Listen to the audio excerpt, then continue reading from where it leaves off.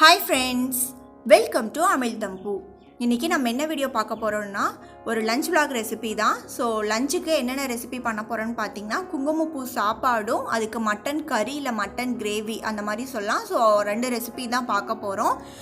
குங்குமப்பூ பார்த்தீங்க அப்படின்னா நான் அமேசானில் தான் வாங்கியிருந்தேன். ஸோ ஆல்ரெடி ஒரு ஷாப்பிங் ஹால் வீடியோவிலே நான் ஷேர் பண்ணியிருந்தேன்.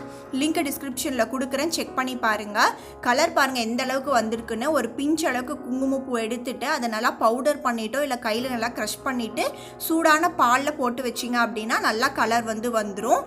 அதுக்கு பார்த்தீங்கன்னா 2 கப் அளவுக்கு பாஸ்மதி அரிசியை நல்லா வாஷ் பண்ணிவிட்டு அரை மணி நேரம் ஊற வச்சு தண்ணி வடிச்சிட்டு வச்சுருக்கேன். மட்டன் கறிக்கு ஒரு 300 கிராம் அளவுக்கு மட்டன் எடுத்திருக்கேன், நல்லா கழுவி வச்சுருக்கேன். மீதி எல்லா பொருளுமே ரெடியாக இருக்குது. இப்போ வாங்க எப்படி பண்ணுறதுன்னு பார்த்துடலாம். அண்ட் இதான் என் சேனலுக்கு முதல் டைம் பார்க்குறீங்கன்னா கண்டிப்பாக சப்ஸ்கிரைப் பண்ணிவிடுங்க. வாங்க இப்போ வீடியோக்குள்ளே போகலாம். முதல்ல குங்குமப்பூ சாப்பாடு பண்ணிடலாம். ஸோ அதுக்கு ஒரு குக்கர் வச்சுருக்கேன். நான் குக்கரில் பார்த்தீங்கன்னா 2 டேபிள் ஸ்பூன் அளவுக்கு நெய் சேர்த்துருக்கேன். நெய் நல்லா உருகட்டும். நெய் நல்லா இப்போ பார்த்தீங்கன்னா சூடாகிடுச்சு. சூடானதுக்கப்புறமா நான் ஒரு 10லேருந்து 20 முந்திரி பருப்பு சேர்த்துருக்கேன். ஸோ நீங்கள் முந்திரி, உலர் திராட்சை, பாதாம், பிஸ்தா அந்த மாதிரி என்ன நட்ஸுனாலுமே நீங்கள் சேர்த்துக்கலாம். என்கிட்ட முந்திரியும் திராட்சையும் மட்டும்தான் இருந்துச்சு, அதனால நான் முந்திரியும் திராட்சையும் மட்டும் சேர்த்துருக்கேன். நீங்கள் உங்கள்கிட்ட பிஸ்தா, பாதாம் இருந்தாலும் எல்லாமே சேர்த்து நல்லா இந்த நெய்யில் வறுத்துக்கலாம். இப்போ பார்த்தீங்கன்னா முந்திரியும் திராட்சையும் வறுத்து நான் எடுத்து வச்சுட்டேன். இப்போ அதே இதில் இன்னொரு அரை ஸ்பூன் அளவுக்கு நெய் சேர்த்துருக்கேன். நெய் சூடானதுமே பார்த்தீங்க அப்படின்னா ஒரு 2 பிரிஞ்சி இலை சேர்த்துக்கோங்க.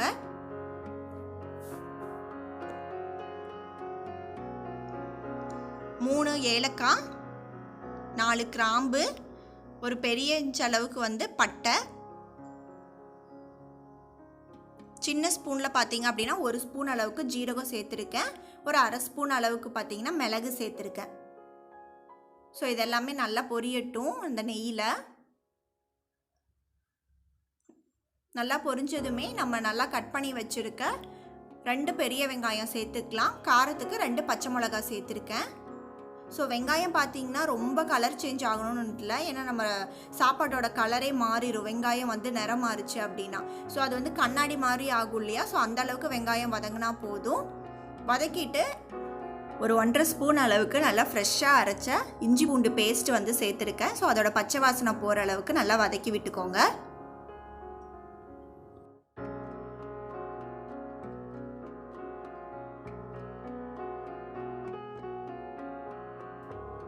இப்போ பச்சை வாசனை போக நல்லா வதக்கியாச்சு. இப்போ நம்ம ரைஸுக்கு தேவையான அளவுக்கு தண்ணி ஊற்றிக்கலாம். 1 கப் அரிசிக்கு 1.5 கப் அளவுக்கு தண்ணி. நான் ஒரு அரை கப் அளவுக்கு தண்ணி பார்த்தீங்கன்னா அதிகமாக ஊற்றுறேன். ஒரு 3.5 கப் அளவுக்கு தண்ணி சேர்த்துருக்கேன். நீங்கள் 3லேருந்து 3.5 கப் அளவுக்கு சேர்த்துக்கோங்க. ரைஸ் நல்லா உதிரியாக கரெக்டாக நமக்கு வரும். ஸோ இப்போ ரைஸுக்கு தேவையான அளவுக்கு உப்பு சேர்த்திடலாம். உப்பு சேர்த்திட்டு நல்லா மிக்ஸ் பண்ணி விடுங்க. தண்ணி நல்லா கொதிக்கட்டும். தண்ணி நல்லா கொதிச்சிருச்சு. இப்போ நம்ம ஊற வச்சு வடிகட்டி வச்சுருக்க அரிசி சேர்த்துக்கலாம். நான் 2 கப் அளவுக்கு பாஸ்மதி அரிசி சேர்த்துருக்கேன். ஒரு தடவை மிக்ஸ் பண்ணி விட்டுருங்க. மிக்ஸ் பண்ணதுக்கு அப்புறமா நம்ம நெய்யில் வறுத்து வச்சுருக்கோம் இல்லையா நட்ஸு, அதை சேர்த்திக்கலாம். நட்ஸையும் சேர்த்திட்டு நம்ம அதையும் ஒரு தடவை மிக்ஸ் பண்ணி விட்டுடலாம். மெதுவாக கலந்துக்கோங்க, ரைஸ் உடஞ்சி போகக்கூடாது. இப்போ நம்ம குங்குமப்பூ பால் ரெடி பண்ணி வச்சுருக்கோம் இல்லையா, அதில் ஒரு பாதி அளவுக்கு மட்டும் சேர்த்திக்கலாம்.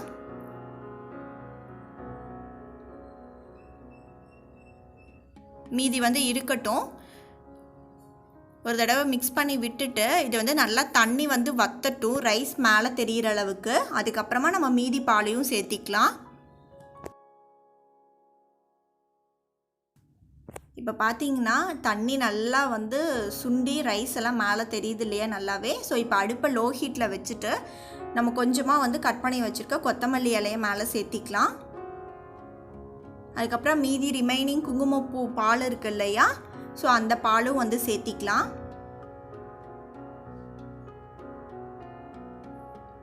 சேர்த்திட்டு இதை அப்படியே லோ ஹீட்டில் ஒரு 10லேருந்து 15 நிமிஷம் விட்டுருங்க. அதுக்கப்புறம் அப்படியே அடுப்பை ஆஃப் பண்ணிவிட்டு ஒரு 15 நிமிஷம் இருக்கட்டும்.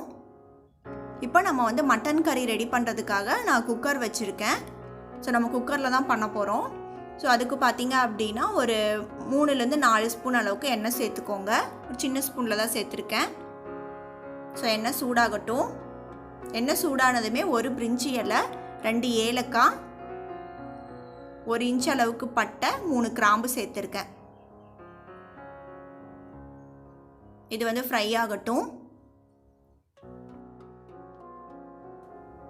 கட் பண்ணி வச்சுருக்க ஒரு பெரிய வெங்காயத்தை வந்து சேர்த்திக்கலாம். நீங்கள் மீடியம் சைஸ் வெங்காயம் அப்படின்னா ஒரு 2 வெங்காயம் வந்து சேர்த்துக்கோங்க.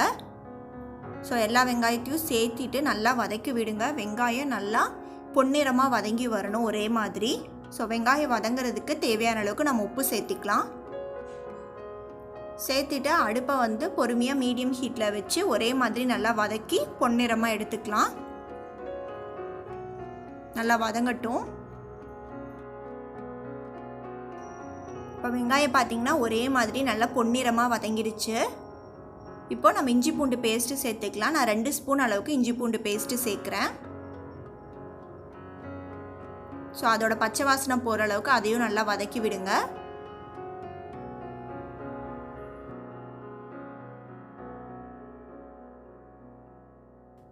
பச்சை வாசனைலாம் போனதுக்கப்புறமா நம்ம கழுவி எடுத்து வச்சுருக்க ஒரு 300 கிராம் அளவுக்கு மட்டன் சேர்க்குறேன். போன்லெஸ் எல்லாமே மிக்ஸ் பண்ணி தான் நான் வாங்கியிருக்கேன். ஸோ இதை வந்து அடுப்பை ஹை ஹீட்டில் வச்சுட்டு ஒரு 2 நிமிஷம் அளவுக்கு நல்லா கலந்து கொடுங்க. இதே மாதிரி வதக்கிட்டே இருங்க ஒரு 2 நிமிஷத்துக்கு.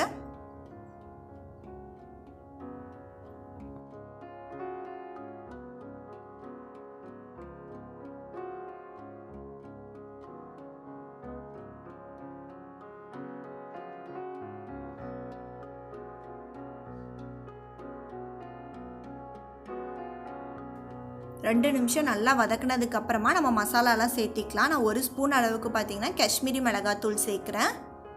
ஒரு 1.5 ஸ்பூன் அளவுக்கு மல்லித்தூள், ஒரு 1/4 ஸ்பூன் அளவுக்கு மஞ்சள் தூள், ஒரு 1/2 ஸ்பூன் அளவுக்கு மிளகாத்தூள் சேர்த்துருக்கேன். உங்கள் காரத்துக்கு ஏற்ற மாதிரி நீங்கள் அதை அட்ஜஸ்ட் பண்ணிக்கோங்க. கறிக்கு தேவையான அளவுக்கு உப்பு சேர்த்தியாச்சு. ஸோ இப்போ இது எல்லாத்தையுமே நல்லா மிக்ஸ் பண்ணி விடுங்க. மசாலா கரிஞ்சு போகக்கூடாது. நல்லா வந்து மசாலாவோட பச்சை வாசனை போகிற அளவுக்கு நம்ம குக் பண்ணணும். ஸோ ஒரு தடவை நல்லா மிக்ஸ் பண்ணி விட்டுட்டு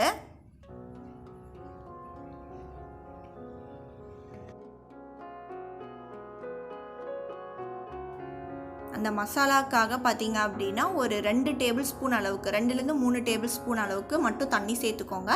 தண்ணி சேர்த்துட்டு நல்லா வந்து கலந்து விடுங்க. நல்லா அந்த மசாலாவோட பச்சை வாசனை போகிற அளவுக்கு அது நல்லா குக் ஆகி வரட்டும்.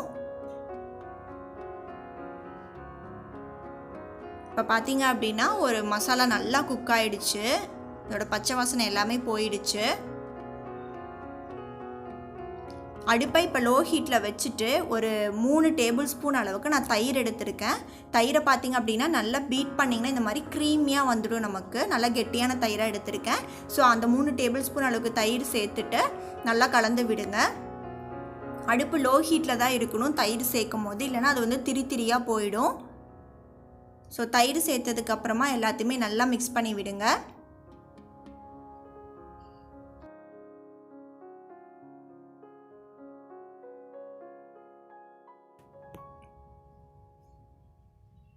நல்லா மிக்ஸ் பண்ணதுக்கப்புறமா இது வந்து ஒரு கொதி வரட்டும். ரொம்ப நேரம் தயிர் சேர்த்து நம்ம குக் பண்ணணுன்ட்டு இல்லை. அவ்வளோதான். இப்போ நம்ம வந்து மட்டன் வேக வைக்கிறதுக்கு மட்டன் கறிக்கு தேவையான அளவுக்கு தண்ணி சேர்த்துக்கலாம்.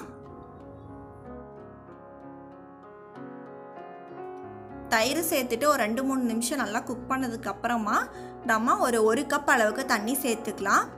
ஸோ தண்ணி சேர்த்துட்டு நல்லா மிக்ஸ் பண்ணி விடுங்க. இப்போ வந்து உப்பு செக் பண்ணிக்கோங்க. உப்பு பத்தலை அப்படின்னா நம்ம கொஞ்சம் சேர்த்து அதுக்கப்புறம் கலந்துக்கலாம். இது வந்து நல்லா ஒரு கொதி வரட்டும்.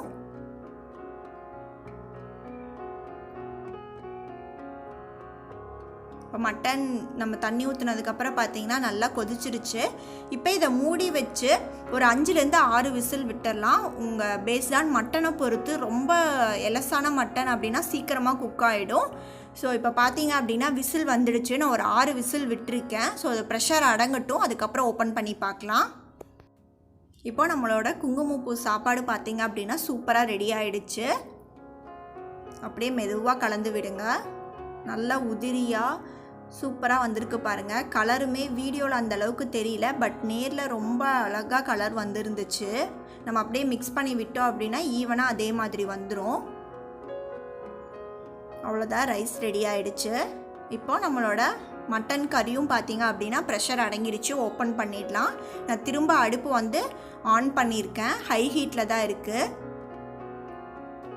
ஒரு தடவை நல்லா வந்து கலந்து விட்டுக்கோங்க. ரொம்ப கொஞ்சம் தண்ணி அதிகமாக இருக்க மாதிரி இருக்குது. ஸோ இதை வந்து நல்லா நம்ம கொஞ்சம் கிரேவி திக்கார வரைக்கும் கொதிக்க வச்சுக்கலாம். ஸோ ஃபைனலாக கொஞ்சமாக பார்த்திங்கன்னா ஒரு 1/4 ஸ்பூன் அளவுக்கு கரம் மசாலா சேர்த்துருக்கேன். கரம் மசாலா சேர்த்துட்டு நல்லா வந்து கலந்து விடுங்க. கிரேவி வந்து நல்லா திக்காகட்டும். இப்போது நம்மளோட மட்டன் கறி இல்லை மட்டன் கிரேவி பாருங்கள், ரொம்ப சூப்பராக ரெடி ஆகிடுச்சு. கிரேவியும் நல்லா வந்து திக்காகிடுச்சு. ஸோ ஒரு தடவை நல்லா மிக்ஸ் பண்ணி விட்டுட்டு ஃபைனலாக கொஞ்சமாக கொத்தமல்லி இலை வந்து சேர்த்துக்கலாம். ஸோ அதையும் சேர்த்துட்டு ஒரு மிக்ஸ் கொடுத்துருங்க.